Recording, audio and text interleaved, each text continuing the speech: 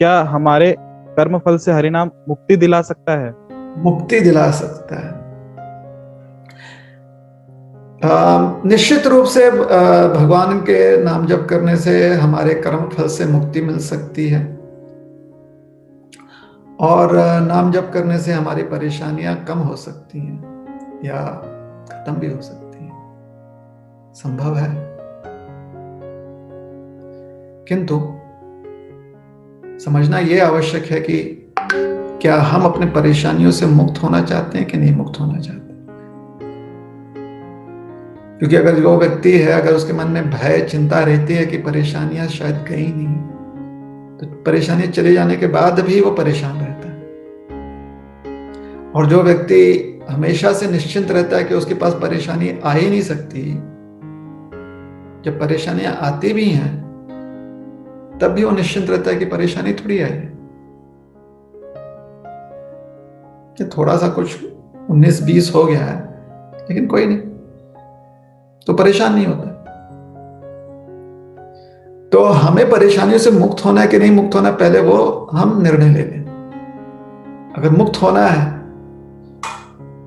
तो बस अपने मनस्थिति को बदलने से भी हम मुक्त हो जाएंगे, अगर मुक्त होना है तो।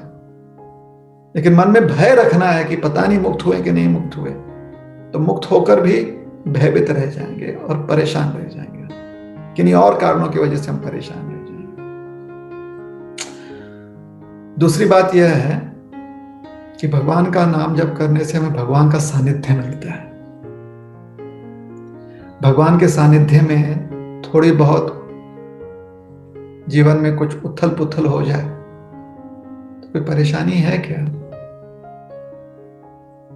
जैसे कभी कभी भोजन करते हुए आदमी अपने ही दांत से अपने जीभ को काट लेता है, लेकिन क्योंकि भोजन का स्वाद ग्रहण करने के लिए उसे फिर से जीभ का ही आश्रय लेना है, तो आदमी क्या करता है, जीभ को जो चोट पहुंची है उसको सहने का प्रयास करता है। भोजन त्यागता नहीं, भोजन करते हुए सहन शक्ति बढ़ाता है, थोड़ा सा भोजन में बदलाव ले आता है, सहन शक्ति बढ़ाता है, आश्रय कभी छोड़ता नहीं, जिह्वा का आश्रय छोड़ता नहीं।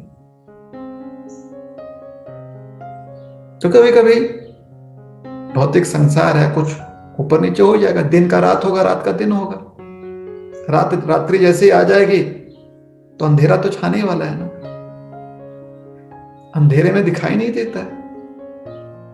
अब इस चीज को थोड़ी बदल सकते हैं हम इस संसार में कि भगवान का नाम जप कर रहे हैं तो सूर्यदेव कभी डूबेंगे ही नहीं, ये थोड़ी बदल सकते हैं हम इस संसार में। तो उसी प्रकार से भगवान का सानिध्य जब होता है हरि नाम के रूप में, तो वो इतना आनंददायी होता है कि जीवन की जो ऊंच नीच होती हैं, जिसको कभी कभी हम परेशानी तकलीफ कहते हैं, चिंता कहते हैं, उस ऊंच नीच के पसीने छूटते हुए भी धैर्य रखते हुए भगवान के आश्रय का जो हमें छत्र छाया प्राप्त है, पसीने छूट रहे हैं लेकिन आश्रय का जो छत्र छाया प्राप्त है, उसमें हम संतुष्ट रहते हैं।